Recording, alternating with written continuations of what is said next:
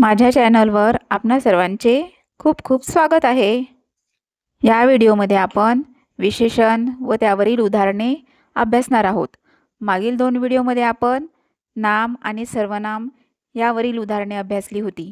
ते व्हिडिओ जर तुम्ही बघितले नसेल तर नक्की बघा। चला तर मग व्हिडिओला सुरुवात करूया। कशाला म्हणायचे विशेषण? तर नामाबद्दल विशेष माहिती सांगणाऱ्या शब्दाला विशेषण म्हणतात। आता खालील शब्दांच्या जोड्या बघा। पहिली शब्द जोडी आहे हुशार विद्यार्थी। यामध्ये विद्यार्थी हे नाम आहे। या नामाबद्दल विशेष माहिती सांगणारा शब्द म्हणजे विद्यार्थी कसे आहे तर हुशार आहे, म्हणून या शब्द जोडीमध्ये हुशार हे विशेषण आहे। दुसऱ्या शब्द जोडीमध्ये फुले कसे आहेत तर सुंदर आहेत। तिसऱ्या शब्द जोडीमध्ये उंदीर कसा आहे तर पिटुकला आहे, म्हणजे पिटुकला हे विशेषण आहे। चौथ्या शब्द जोडीमध्ये पक्षी किती आहेत तर पक्षी 4 आहेत, म्हणून 4 हे विशेषण आहे। प्रत्येक शब्द जोडीमध्ये एक नाम आहे आणि त्या नामाबद्दल विशेष माहिती सांगणारा शब्द आहे, ज्याला विशेषण असे म्हणतात। तुमच्या लक्षात आलेच असेल। चला तर मग आता आपण त्यावरील उदाहरणे बघूया। प्रश्न पहिला, बागेत सुंदर फुले फुलली आहेत। या वाक्यामध्ये कोणते असेल बरं विशेषण? आधी आपल्याला नाम ओळखावे लागेल। या वाक्यामध्ये फुले हे नाम आहे, तर फुलांबद्दल विशेष माहिती सांगणारा शब्द कोणता आहे? सुंदर, म्हणून या वाक्यामध्ये विशेषण आहे सुंदर। दुसरे वाक्य वाचूया। शेतात हिरवेगार पीक डोलत होते।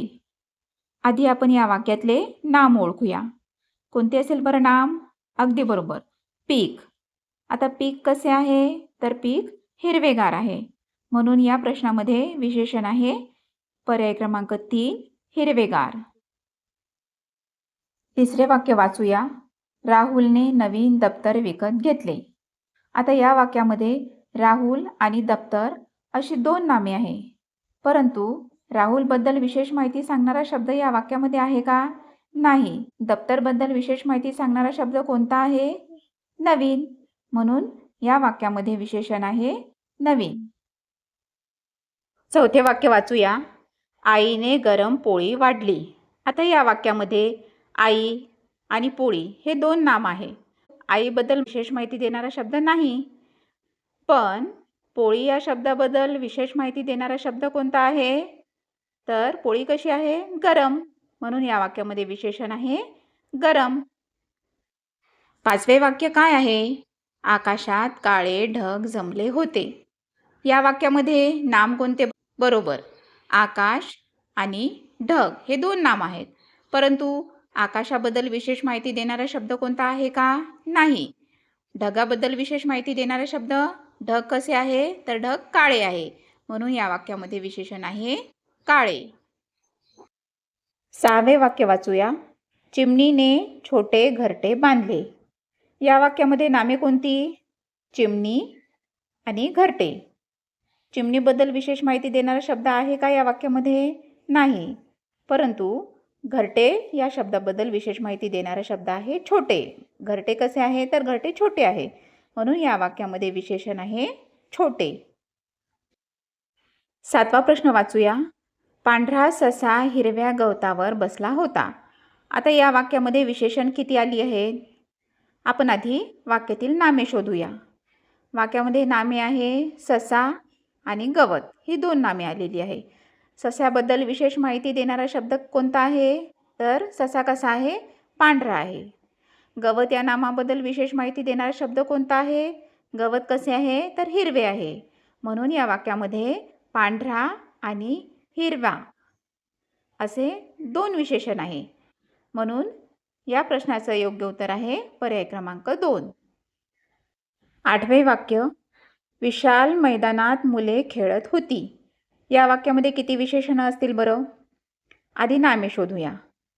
या वाक्यामध्ये मैदान आणि मुले अशी 2 नामे आहे।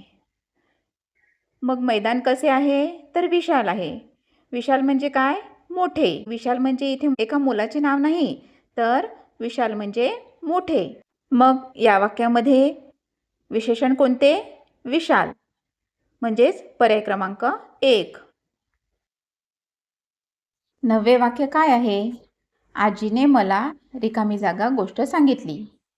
आता गोष्ट या नामासाठी कोणते विशेषण 4 पर्यायापैकी योग्य राहील ते आपण शोधूया. गोष्ट ही गोड असते का? नाही. पर्याय क्रमांक 3 मध्ये आहे खोल. गोष्ट ही खोल असते का? अजिबात नाही.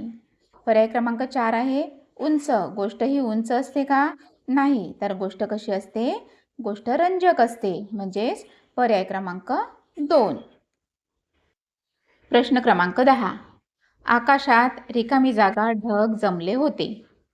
आता ढग हे नाम आहे. मग खालील पर्यायापैकी कोणते विशेषण योग्य राहील ढगासाठी? तर ढग गोड असते का? नाही. ढग जाड असतात का? नाही. ढग वेगवान असतात? नाही. तर ढग कसे असतात? ढग काळे असतात. म्हणजेच या रिकाम्या जागेसाठी योग्य पर्याय राहील पर्याय क्रमांक 1 काळे. या 10 वाक्यांवरून तुम्हाला आता विशेषण कसे ओळखायचे हे चांगलेच समजले असेल. परीक्षेमध्ये विशेषणावरील प्रश्न अजिबात चुकवायचा नाही बरं का विद्यार्थ्यांनो. पुढील व्हिडिओमध्ये आपण क्रियापद कशाला म्हणतात आणि क्रियापदावरील उदाहरणे अभ्यासूया. पुढील व्हिडिओसाठी तुम्ही चॅनलला सबस्क्राईब करून घ्या आणि व्हिडिओ जर आवडला असेल तर एक लाईक नक्की करा. भेटूया पुढच्या व्हिडिओत.